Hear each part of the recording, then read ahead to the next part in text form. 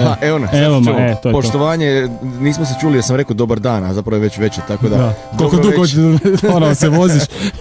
da, putovao sam od Zagreba, znaš koliko to ima. 3 vremenske zone, više ne znam, jet lag me ubio. Da. Pozdrav svima. Evo, Vatra nam je band dana, slušali smo Staturu, znači zadnji single, a sad ćemo nešto malo o Vatri, pa ćemo onda čuti njihov prvi single, oko kojeg sam ja mislio da je jedan drugi, a u stvari jedan treći, kojeg je onda Igor našao. Lome se koplja. Lome se koplja, lome. Dakle, Vatra. A ti govori, ali to je istina, kad ja pročitam. Slušate dakle, pazi ti na če, sad ću ti reći odmah. Dakle, Vatra je osnovana 99. u Virovitici, to znam. Potpisuju prvi ugovor te 99. za izdavačku kuću Jabukaton i izdaju prvi album Između nas. Tako je. Producent tog i budućih albuma je Denis Mujagić-Deniken. Mujagić. Skoro. Mujagić, četvorku ćeš dobiti ziha. Dobro, Mujagić. Na Novinskoj rock nagradi Crni mačak 2000. ovim prvencem bili su nominirani u kategoriji za nadu godine. Na promotivnoj turneji koja je uslijedila, Vatra je odsvirala približno 100 koncerata po Hrvatskoj i Bosni i Hercegovini. Te se tako na samom početku profilirala kao sastav koji se najbolje dokazuje na sceni. Pa ja mislim da je tako, da još uvijek nam je. Ja isto mislim da je to istina, ja sam vidio to sad na ovom koncertu, bio sam i prije, ali na ovom u tvornici sam bio, baš mi bilo predobro. Hvala ti. Molim, ali baš me zanima te prve godine. Šta ste svirali? A mi smo ti imali album od 8 pjesama, kužiš, i mislim da smo, a nikad nismo bili vični nekakvim obradama, tako da smo zapravo odsvirali tih 8 pjesama 2 puta. Ne bili se ljudi bolje upoznali s repertoarom. Išli smo zapravo jako puno kao predgrupa na turneji te 99. sa zabranjenim pušenjem, recimo smo obišli čitavu Bosnu i Hercegovinu, a onda smo sa majkama i jednim dijelom pipsima svirali po lijepoj našoj, tako da smo zapravo s tim repertoarom od nekih 35 minuta taman ispunjavali kvotu predgrupe. Da. Dobro, sad je puno lakše. Sad je puno lakše, imamo puno više albuma, iza sebe puno pjesama i više ne moramo svirati kao predgrupa. Da, to je fakat onako brijem uživancija.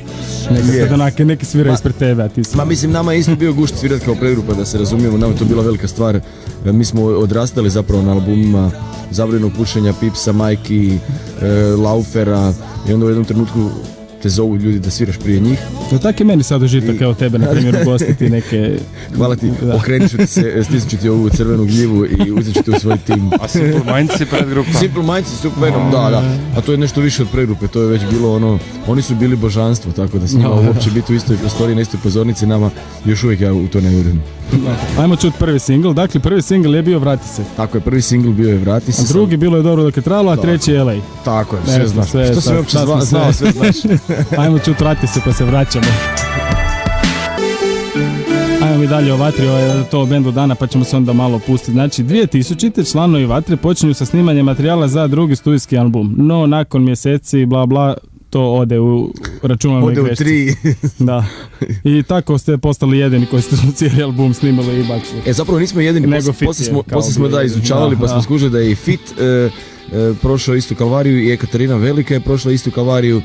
I ima još tih bendova koji su imali tu sreću da se izbrišu albume, a mi smo onda poslije, kad smo to sve skupa prebrodili, rekli u šali da smo htjeli izbjeći zapravo prokletstvo drugog albuma, pa smo ga izbrisali i snimali treći odmah. Da. I dobro je ispod, tu ste u stvari tu ste se već čulo za vas, evo, osobno ja sam tu čuo za vas. Stvarno ispadne na kraju ono što te ne ubije da te ojača. I nama se nakon te ploče, mi smo potpisali ugovor sa Dallas Recordsom, odmah nakon te ploče i dobili smo Crnog mačka za produkciju baš tog albuma. I da, krenulo je još više koncerata, neke pjesme poput Želim biti ti, Sunce, koje su se ajmo reći, plasirale u eter i ljudi su počeli malo više nas doživljavati i kužiti. Da. Ajde Voice, to sve zanima Voice, pa idemo malo pitati o Voice-u, ajde. Pitaj sve što te zanima. Kak je u Voice-u? Kak se slažeš u stvari s ovim trojicem još? Pa ja sam isprva kad su me pozvali mislio joj kako ću ja čovječe, ne poznam ih, mislim znam ih u prolazu iz televizije, iz radija, ali iz drugih smo žanrova, iako ne volim glazbu stavljati u žanrove, mislio sam da neće to dobro klapat, međutim to su stvarno prije svega profesionalci i prije toga još zapravo super ljudi, super sam se nekako, ne znam koju drugu riječ, nego onako baš skompao i sa Tonim i sa Indirom i sa Žakom, oduševili su me i sve što sam ja mislio oni su zapravo pokazali suprotno na bolju stranu.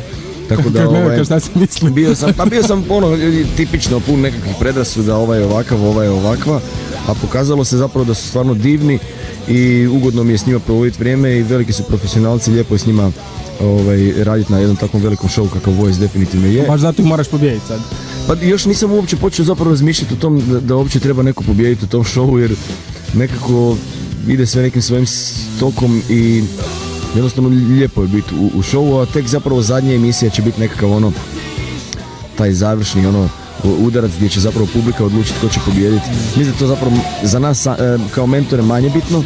Ok, naravno da će ti laskati isto kao i nekakve nominacije ili porini ili crni mačici, ovo kao pobjedio sam, ali u ovom showu je definitivno po meni puno bitnije učestvovati. Sad mi je otišlo pitanje. Kad ja puno pričam, sorry. Stvarno je otišlo, da. Nema veze. Pitaj još, sigurno si htio još nešto pitati o Voice-u. Kakva je rasvjeta? Rasvjeta ti je fenomenalna. Ajmo mi slušat muziku, sjetit ću se. Dakle, ovo je Anđeo drugi s Greškom album. Objavljeni su singlovi Putujem, Sunce, srce, Dno, suza i Želim biti ti. Pa želim biti ti, ajmo mi oslušat, pa ću ja sjetiti pitanja, sjetit ću se. Ajde, radi, šta sam htio pitati? Sjetio sam se. Sjetio sam se pitanja, da. Kak se nosiš sa ovom popularnošću sad? Aha, šta ja znam, gle, mi smo ti već 15 godina na sceni i zajedno i... Ali baš ti osobno, ipak si sad sad te stvarno svi znaju, M je sad Vatra napravila tango, si u Voice-u. Pa nekako ljudi koji mi prilaze uglavnom su dragi ljudi koji nešto zanima, nekako pitanje imaju za postaviti, tako da rado zastanem, porazgovaram s njima, uglavnom se djevojke neke žele slikati, to je to, mislim, naši fanovi općenito, ja ih doživljam kao nekako onako, sad ne kažem nešto krivo, ali mislim pristojne, pametne i mlade i stare, koje onako odmjereni su ljudi i mi nikad nismo pružili nikakvo žutilo nego naše pjesme, tako da eventualno ih može zanimati nešto vezano uz band, da vrlo rado ću podijeliti te informacije. Tako da cijenim našu publiku i volim s njima provoditi vrijeme i na koncertima i prije i poslije koncerata i na našoj Facebook stranici gdje je stvarno ujutro svaki kad skuham kavu pogledam šta ima na Facebooku i ako nas neko nešto pita odgovorim, tako isto i na cesti kad se nekim sretnim. Da, pa to je baš, mislim to se odmah vidi na tebi na prvom telefonskom razgovoru, odmah sam skučio da si baš totalno susretljiv i da nemaš sad nisam neka zvijezda. Ne, ovdje nema zvijezde, mislim da eventualno ako možemo pričati o nekakvom statusu zvijezde, to je na ovim prostorima možda Severina i neki frajeri iz bivših vremena, Bijelo dugme, Azra, ne znam ko je zapravo bio blizu dugmeta, ali oni su bili zvijezde. Danas smo svi nekako dostupni i mislim da bi čovjek trebao osvijestiti da je ovo zapravo show biznis, ti trebaš pružiti nekome show, ali to je i biznis, tvoj posao, tako da trebao bi biti profesionalac i određivati sve vezano uz taj posao. Naravno da je meni najdraže biti na pozornici i svirati, ali i ovaj razgovor s tobom je sastavni dio posla, pa onda pogotovo kad se neko kao ti pripremi ovako sa nekakvim tekstom o bendu, rado ću provesti s vama na Radio Zaprešiću sat vremena i pričati o svom bendu. Da, drago mi je, onda čitam dalje. Može. 2004. treći studijski album pod nazivom Prekid programa. To je bio do onda najuspješniji album. Sklad Anđeo s Greškom, Gorim, privremeno nedostupan, unutra van, Alkohol i sastav ostvaruje prva mjesta na nacionalnim TV i radijskim top ljesticama. To je 2004. Da. Uspjeli smo se probiti to sad već ulazimo u top listu, sad već dolazimo među prvih 100, već, top 100. A pazi, sad, rekao si kao prije su bile zvijezde, danas nisu. A pazi, za 10 godina, znaš kako će ti Vatra biti? Kad Goran Kulenović počne snimat novu seriju, kako se sad zove, Crno-bijeli svijet, ovaj će se zvati Svijet u boji, za jedno 25-30 godina, onda ćemo mi biti u to, onda tu će biti naša muzika. Da. Ma ne, da, kao počeli ste i baš kak ja ipak to pratim, tu Vatru, meni je ta muzika super, ne? Hvala ti. Tih negdje, baš, kritika vas baš nije mazala, tek tu negdje, te 2004. u stvari čak ni onda još je to kao nešto sve, ali onda 2006. kad je, tek 2008. nakon što je Sputnik bio, tek je onda bilo pa Vatra je fakat dobar band. Ma jebeš kritičari, mi ne radimo muziku zbog kritičara, mi radimo muziku prvenstveno zbog nas samih, da izbacimo to što nosimo u sebi, a onda i da ta publika nekako se ušulja u živote naših dragih fanova, slušatelja, koji uvijek nađu neku pjesmu za sebe. Kritičari, nažalost, mislim, to je grozan posao. Moraš pisati o nečemu što je neko radio, kužiš, znaš, neko radi i ti onda pišeš kritiku o tom kako on to radi. Mislim, to je meni, ja ne mogu zamisliti da neko baš želi raditi taj posao, ali evo ima i takvih zaposlenja, mora se i to odraditi. Postoje neki ljudi u Hrvatskoj do čije kritike mi je stalo, Sale Dragaš, Hrvoje Horvat, Gal, to su ljudi koji će dati nekakvu konstruktivnu kritiku, iz čije ćeš kritike iščitati nešto što će te možda u budućnosti navesti da kad pišeš pjesmu promišljaš o tome i probaš od toga naučiti nešto konstruktivno. Ove druge kritike, danas ti pišu kritike ljudi koji rade na nekim portalima za ulaznicu na koncert. Da, ima doma 3 CD-a i jednu gramofonsku ploču, ali nema gramofon. To takvi ti pišu danas u muzici. Da, čitam tu i tamo, ali ono... nema veze. Da, možeš, stvarno možeš naći svega i svačega i onako, piše kritiku, tak bi ju napisao onak, bilo koji čovjek da ga nađeš na cesti. Mislim, nisu stručni. Nije mi bilo dobro, ono. Nisu stručni, nisu naslušani, nisu načitani, što je najgore. I onda takvi ljudi pišu, daju kao nekakve primjedbe umjesto da daju savjete i ma nema veze. Žak ti je lijepo rekao ovoj seriji, kao da ti nemaš tam kaj gledat ni biti slavan jer imaš doma ženu i malo dijete. Da. I pa jesi ljud po toga. Ne. Žak je baš mi smo super kolega i daje, osim što daje stvarno kandidatima na audicijama super savjet, zna dati i nama savjet nekako onako prijateljski i jako puno vremena provodimo i iza ekrana, što bi se reklo, nismo non stop samo pred kamerama, tako da se družimo i baš ugodno druženje. Naučio sam od tih ljudi u tom kratkom vremenu recimo puno više nego od nekih rockera s kojima se družim čitav život, tako da. Dobro. Ajmo malo još ovati pa idemo slušati. Dakle, 2006. to je već 4. album, producent je dalje Deniken, izdavačka kuća Dallas Records, album je nominiran za Porina, evo to je prvi put 2006. U kategoriji rock albuma i onda slijede 2 turneje, a s albuma su objavljeni Monarska majica, Lak za nokte, Mis, Prijatni pakao i Ruska. Slušaj Rusku. 2008. Vatra obavljuje svoj 5. album nazvan Sputnik, koje konačno hvale svi pa i kritičari. Meni najbolji album od ovih svih, makar su mi svugdje ima nešto dobrih pjesama, ali ovaj mi je baš cijeli onak. Zahvaljujem. Meni je najbolji svaki sljedeći, tako da jedno čekam da ovaj izađe. Pogotovo mi je dobra, sad sam spomenuo, Glava kojom ne razmišljam, autobiografska pjesma, kaže. Ma gle, mislim svi se mi možemo naći u toj pjesmi, ja mislim da ima.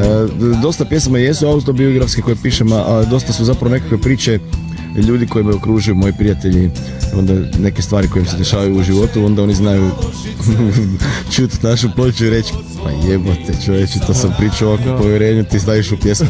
A ne možeš, to ti nekako postane dio tebe i onda nečiju životnu priču prebacim u pjesmu, tako sam napisao, ne znam, pjesmu Ponoći 50 o svom frendu i njegove djevojci bivšoj. Ima toga. Pod njenim brojem muško ime je davno probijena šifra, to mi je onak, totalno davno, Znaš, imam neki Antonio iz Osijeka. Da. Antonio Osijek.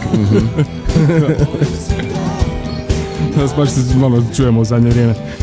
Da, zove me non stop, ne znam, neki Davor Razglas. Na tom albumu su novi producenti iz Svadbasa ekipa. Da, mi smo zapravo htjeli s njima surađivati već na Aritmiji, ali oni su bili kako i obično jesu bukirani čitavu godinu, oni su par godina unaprijed bukirani da rade jako puno. I baš kad sam sad dolazio ovdje me je zvao Pavle jer smo s njima sljedeći tjedan u studiju. Oni su radili u to vrijeme kad smo htjeli mi s njima raditi neke 2 serije, jedan film i svoj album ili Pipse, da. Tako da smo ih morali sačekati još 1,5 godinu dana da dođemo do njih i to smo onda došli na albumu i imali Sputnik.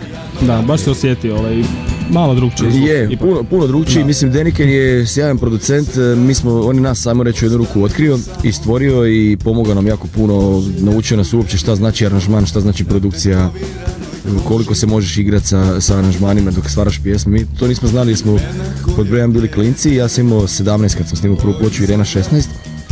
Druga stvar, mi smo mogli učiti samo slušajući nečije, u Virovitici nije bilo bendova od kojih bi mogli nešto naučiti jer Virovitica jednostavno nije imala svoju scenu.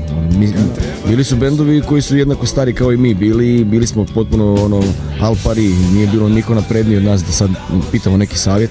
Da. Kao što recimo bendovi u Rijeci mogu pitati nekog muzičara za savjet ili u Splitu ili u Zagrebu jer ljudi jednostavno prošli su. To vam je još veći plus onak u tom svemu. Da, mi smo morali teško, sve nekako sami i Deniken je, kažem, nas jako puno naučio i povukao zapravo dobrim dijelom u Zagreb.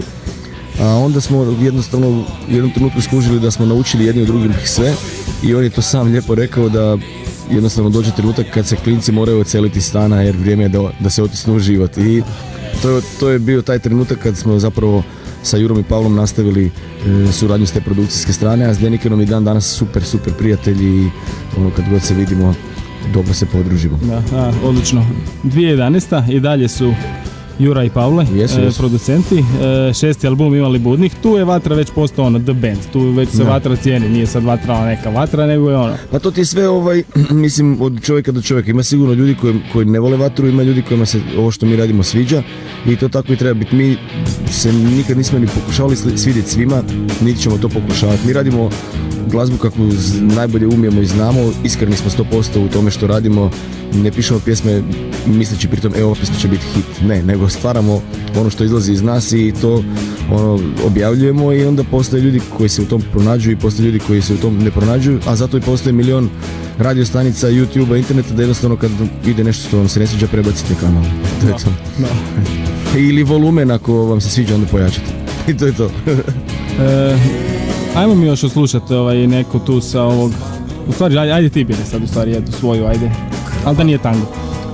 Mislim, pa ova u podlozi mi je jako interesantna jer to je pjesma Imali budnih u kojoj pjeva sa mnom Ljubica Gurdulić iz grupe Svadba. Pa poslušajmo. Ajde. I tako se mi uvijek zapričamo pa malo zakasnimo, ali dobro. Zato ljudi vole te tišine. Sorry ljudi, nemojte nam ko na kazeti, onak malo smo se zaigrali. Pitanje, tango je pokrenuo da Vatro onak zna baš svako. Da, kak je rekao, neki dan mi je neko, ne znam gdje sam bio na nekom intervju, kao ma sve je to meni ok, ja sam kao slušao vas i prije, a sad vas zna i moja baka vas sluša, kao, sviđa se moje bake pjesma kao. Meni je to jako simpatično da na koncertima sad vidim da dolaze, znači, ekipa koja je dolazila i prije, u međuvremenu su neki već postali mame i tate i onda dođe sa svojim klincima. I klincima to isto bude super, kužiš. I meni to baš okej, mislim da ti dolazi jedna različita generacija, znaš. Da, znam, to je istina, da, meni isto sad i evo, pokušajem moju djecu, evo vidjeli su te na Voice-u, te gledaju, to sam ti rekao da si im najbolji. Hvala im. Ali onak slušam Vatru dugo, onak imaš neki svoj band koji ti je super. Onda sad svi znaju za njega, onda bi se prebio, on kao znaš. Da, to ti je ko kad, ne znam, ja sjećam kad su majke izdale album Vrijeme da se krene i onda mene ne zanima je bio mega hit, ja sam rekao, ma daj, molim te, mislim, ja ću sebi naći svoju pjesmu na albumu, kužiš. Ja sam bio takav uvijek, bi ja nabavio album i onda svoju pjesmu na albumu i kao uvijek bila neka koju zapravo ni band ne sviraju, ni niko ne sluša, kao ne, to je moja pjesma, baš me briga. Tako je vjerojatno onda sad i tebi, ja ti se ispričavam, ali baš me briga što ti je band. Nakon tanga je slijedio Saturn koji je isto odlična stvar, isto je vrlo vrčen i znaju i njega ljudi. Da, lijepo se zavrtio Saturn. Kako sad ide dalje? Sad će ići jedna pjesma na ovom novom albumu koji je evo sad već zapravo, sad ćemo još sljedeći tjedan usnimiti samo jednu pjesmu i album je gotov, ove su druge stvari zmiksane i album će izaći uskoro, ali sljedeći singl će biti meni jako interesantan iz više razloga. Irena Celiocega, naša klavijaturistica, u toj pjesmi potpisuje i tekst i glazbu, znači to će biti prva pjesma Vatre za koju ja nisam napisao tekst. Ja sam otpjevao njen tekst i njena je glazba, sve je ona izmislila i sad će ljudi imati prilike čuti kako ženski mozak unutar Vatre funkcionira i kako nam zvuče pjesme. Pogotovo s vama, 4. Da. Dobro, mi smo kroz ovih 15 godina već dobrano ispravili taj njen mozak, ali još uvijek se uspjela izboriti za svoj dijelić sunca i meni to jako interesantno. Ja se iskreno nadam da će se svidjeti ljudima. Drugačija je od ove dvije, nije toliko, ajmo reći, radio friendly, ali onda možda baš zbog toga će biti ljudima interesantno da čuju nekako. Da, pa ne, bilo bi glupo da zvuči isto koji da, to smo i mi sami rekli da idemo pokazati zapravo širinu ovog novog albuma. A na ovom novom albumu i Tomislav Šušak, naš basista, zajedno sa mnom potpisuje recimo 3 pjesme. Ja sam radio Saturn, Tango i još 2. Irena je radila jednu, tako da zapravo različitih stajališta su pjesme, drugačiji su autori i mislim da nam to zapravo daje na nekakvoj širini, usudim se reći, nekakav dobar zalog za budućnost. Best of, pitao sam te van etera, pa te pitam i u eteru. Pa nama su to zapravo nudili prije 2 godine izdavačke kuće, mi smo nekako odbili to misleći da je još prerano za to.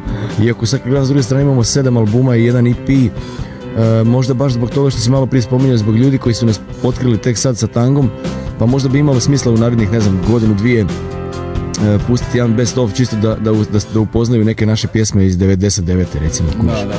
Tako da, razmislit ćemo o tom u svakom slučaju. Da. Hvala ti na ideji, da ćemo ti 20% prodaje. Pazi, to je zabilježeno, ja to snimam. A prodaja ti je pala na nekih 1000 komada, to ti je sad već dijamantna naklada. Da. Kupit ćeš novi stan, zapišiš. Ajmo slušaj glava koja me razmišljam, evo jedna želja po meni po želja, a onda Ivan malo bira Exiju. Može. Da, pa će. Joj. Ti baš hoćeš da vam promijene radio stanicu.